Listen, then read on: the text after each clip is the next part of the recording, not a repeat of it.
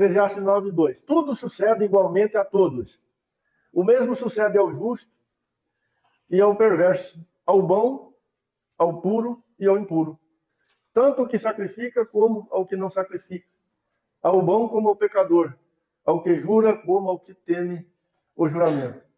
Essa é uma verdade bíblica, né? Não muito aceita no meio do povo de Deus. É assim, olhada meio de canto, né? Mas essa verdade está em toda a Escritura. E as mesmas coisas acontecem aqui neste mundo para os que são do Senhor e aqueles que não são do Senhor. Por exemplo, o Filho de Deus fica doente e o incrédulo também fica doente. Não é assim? Se você for um filho de Deus, subir em cima de um telhado e pular lá de cima, você vai quebrar no mínimo uma perna. Se um ímpio subir em cima do telhado e pular de lá, vai acontecer a mesma coisa com ele, ele vai quebrar uma perna também. O raio que cai lá no quintal do ímpio, ele cai na sua casa também, pode ter certeza disso.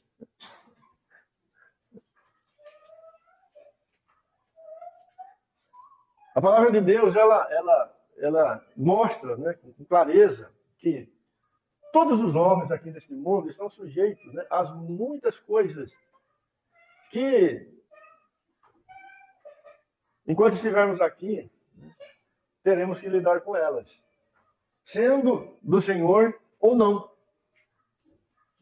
No Evangelho de João, capítulo 16, verso 36, né, o Senhor Jesus encoraja os apóstolos dizendo: olha, tenham bom ânimo, né, porque eu venci o mundo. Mas no mesmo lugar ele diz: no mundo tereis aflições. Então passar por aflições, ter aflições no mundo é algo comum a todos os homens. Então aquele questionamento que normalmente, né, se faz quando não se compreende esta verdade e que faz bastante mal para o coração, aquele questionamento: por que isso aconteceu comigo? Por que isso acontece comigo? Eu sou um filho de Deus, isso não era para acontecer comigo, né? Isso aqui não deveria fazer parte da minha experiência.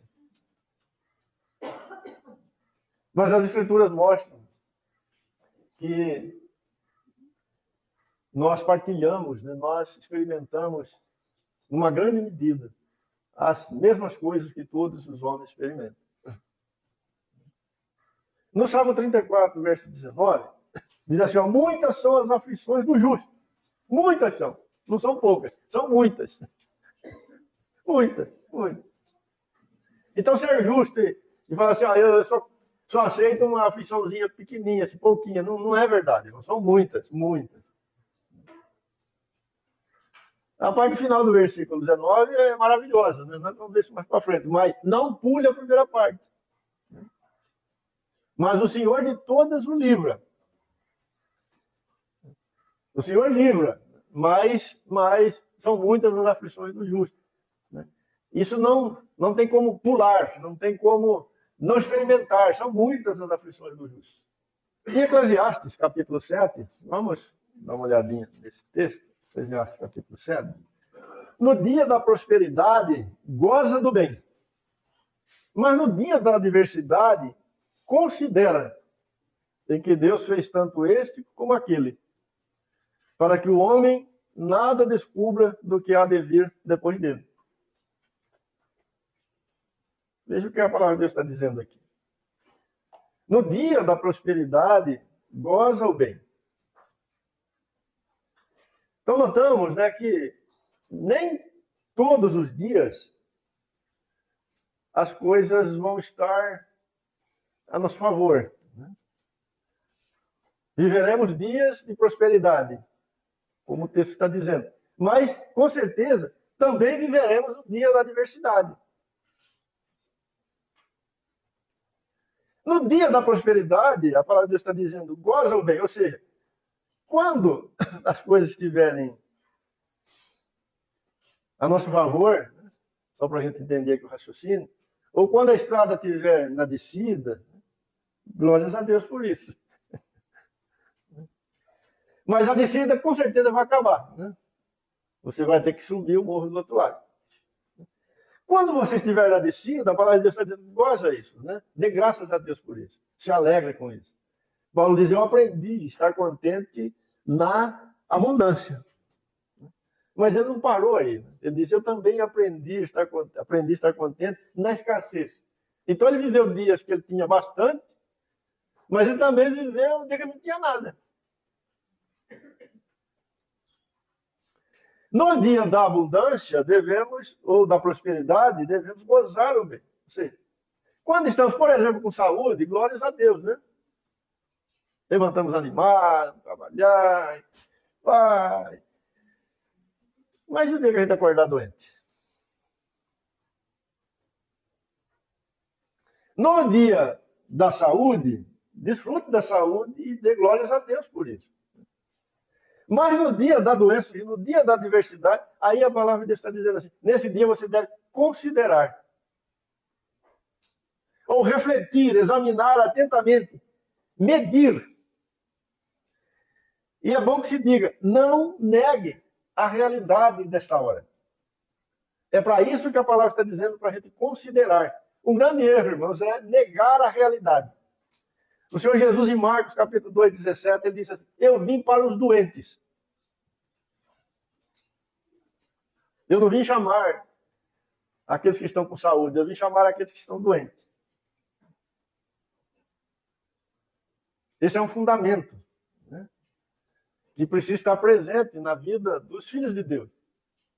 E, nessa fala do Senhor Jesus, ele precisa estar no começo de sua jornada, é lógico, em toda a jornada, mas desde o começo. Enquanto o homem não reconhece a sua realidade, a sua condição, ou seja, a sua doença, não tem como o Evangelho operar na vida dele.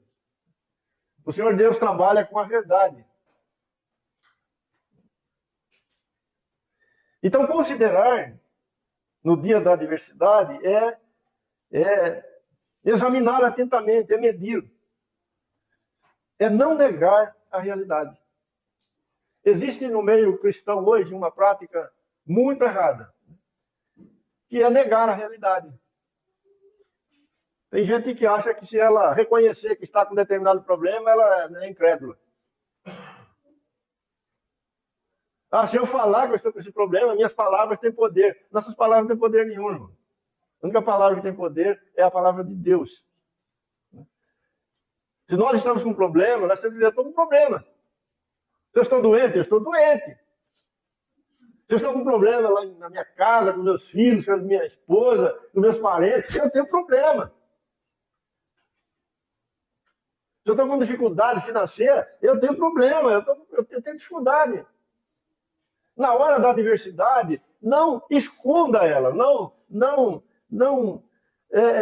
disfarce ela. Pelo contrário, o Senhor vem chamar doentes.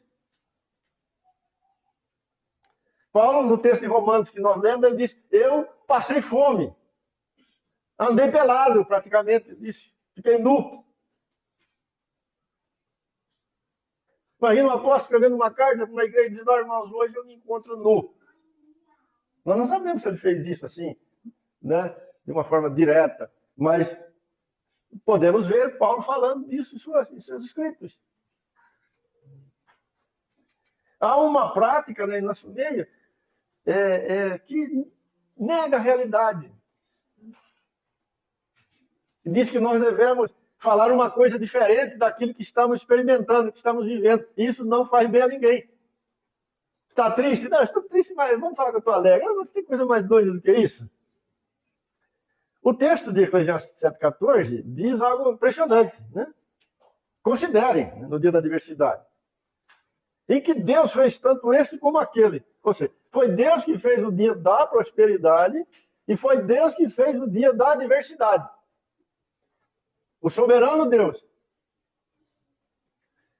Então, se nós anunciamos com todas as forças da nossa vida o dia da prosperidade, olha, né, o Senhor está me abençoando, hoje eu fui abençoado, mas no dia da adversidade, aí nós não temos coragem de falar que foi Deus que fez ele também.